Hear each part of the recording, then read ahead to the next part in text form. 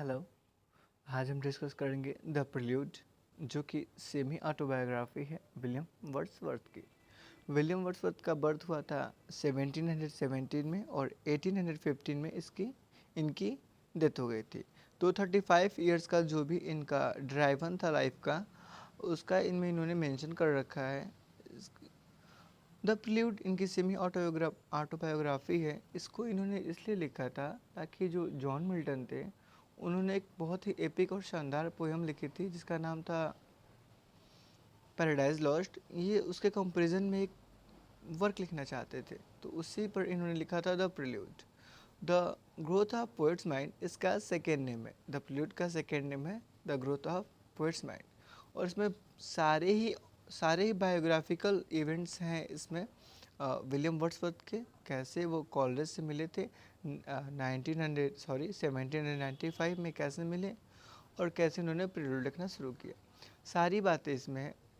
अच्छा, तो इसको लिखना इन्होंने शुरू किया था 1799 में इसको इन्होंने लिखना शुरू कर दिया था। और कब इसको कंप्लीट किया? 1805 में इसको कंप्लीट कर दिया था। ठीक है। और इसमें 14 बुक्स हैं। 14 बुक्स में अलग अलग तरीक़ों से अलग अलग बातें बताई हैं। जाहिर सी बात है, चाइल्डहुड से लेकर 35 तक की एज तक की सारी बातें इसमें हैं कि कैसे एक पोएट्स बन गए, कैसा इनका ग्रोथ हुआ एज अ पोएट्स। ये एक ऑटोबायोग्राफिकल नोट से पहले ही बता चुके हैं। हाँ, जब इनकी डेथ हो गई थी 1850 में, उसके बाद इनकी वाइफ मैरी हचिंसन ने इस वर्क को पब्लिश करवाया था।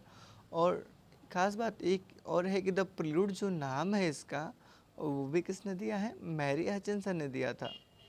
ठीक है। और ये ब्लैंक वर्स में लिखा गया है, काफ़ी लंबी पोएम है। सबसे बड़ी पोएम है किसकी? विलियम वर्ड्सवर्थ की। इस पोएम को एड्रेस किया गया है कॉलेज के लिए। इसे पोएम टू कॉलेज भी कहा जाता है बाय विलियम वर्ड्सवर्थ ओरिजिनली। चलिए आगे बात करते हैं। उन्होंने इसमें अपने इमेजिनेशन को और अपने पोएट माइंड्स को बताया है कैसे। बुक फर्स्ट में इन्होंने बताया है चाइल्डहुड एंड स्कूल टाइम के बारे में, कि उनका बचपना कैसा था, कैसे वो नेचर के पास धीरे धीरे पहुंचने लगे, और जब वो स्कूल टाइम में थे तो कैसे उनका प्यार नेचर के लिए धीरे धीरे बढ़ा। ठीक है। और ये इनका जो नेचर का प्रेम है उसे कहा जाता है पैंथेज्म। ठीक है। Everything is nature, nature is everything, ये इनका मोटो था। इन्होंने एक टर्म कॉइन आउट किया था, sports of mind. Sports of mind क्या है? कुछ भी अच्छा सा होता है लाइफ में तो उसे याद रखा जाता है, और अगर कुछ बुरा अभी घट रहा है या फिर मूड सही नहीं है, मनोदशा खराब है, तो उस स्पोर्ट्स ऑफ टाइम को याद करके उससे बाहर निकला जा सकता है।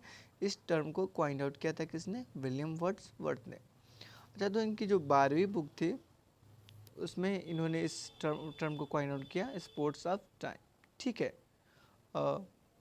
और रोमांटिक टेल है ये, मिल्टन लेफ्ट अनसंग, जिसको मिल्टन ने अधूरा छोड़ दिया था। ठीक है, ऐसा ही कुछ है।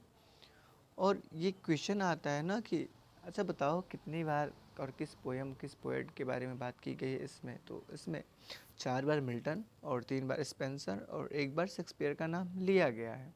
ठीक है। स्पेंसर से ये काफ़ी प्रभावित थे विलियम वर्ड्सवर्थ, तो स्पेंसर के बारे में बहुत बातें करते थे। फर्स्ट वर्जन ऑफ प्रिल्यूड आया था 1799 में। उस वक्त इसमें 2 किताबें हुआ करती थी। विलियम वर्ड्सवर्थ का जो प्रिल्यूड था वो 1799 में आया, उस वक्त इसमें मात्र 2 किताबें हुआ करती थी। जब सेकेंड वर्जन आया तो इसमें 13 बुक थे, और 1805 में आ गया था। लेकिन जब वर्ड्सवर्थ मरे और 1815 में देखा गया तो 14 बुक्स थे, और इसको किसने पब्लिश करवाया? मैरी हचिंसन ने पब्लिश करवाया, और नाम भी उन्होंने ही दिया, द प्रिल्यूड।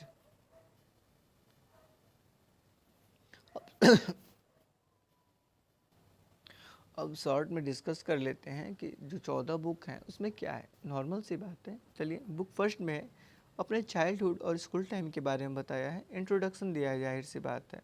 और सेकेंड बुक में पूरे स्कूल टाइम में बताया है कि कैसे नेचर से उनका लगाव बढ़ा।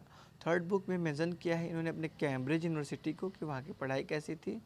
और फोर्थ में समर वेकेशन कैसे दोस्ती के साथ घूमने जाते थे, और भी बहुत सारी बातें, और मैरी हचिसन के साथ।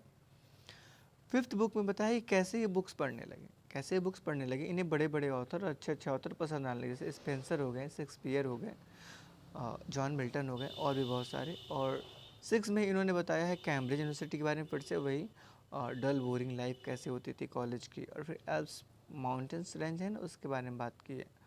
7वें बुक में बात की है लंदन की लाइफ के बारे में कि लंदन की लाइफ कैसे हुआ करती थी।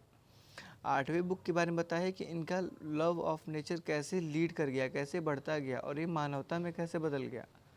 9वें 10वें और 11वें बुक में फ्रांस के बारे में बात करते हैं। फ्रांस की क्रांति से सबसे ज़्यादा प्रभावित थे विलियम वर्ड्सवर्थ, और एक पोयम इनका फ्रेंच रेवोल्यूशन वो इसी में है, किस में, द प्रिल्यूड में ही है। और फ्रांस के बारे में इन्होंने काफ़ी डिटेल में डिस्क्रिप्शन दिया है अपने 3 बुक में, 9, 10 और 11। और 12th और 13 में कैसे बताते हैं कि इमेजिनेशन करके कैसे आप बेहतरीन पोएट बन सकते हैं, और कैसे इन्होंने इमेजिनेशन करके ऐसे ऐसे ऐसे चीज़ों को लिखा और नेचर के लिए इनका प्यार बढ़ता ही गया। और 14 बुक में ये कंक्लूजन में दिखाते हैं, मतलब लाइफ में अभी तक जो भी कटा, मैरी इंसान, इनकी बहन डोरथी, और कॉलेज के साथ क्या क्या हुआ, उस सब के बारे में डिस्क्रिप्शन देते हैं और पूरा बातों को कंक्लूड करते हैं। ठीक है, तो ये रहा प्रिल्यूड।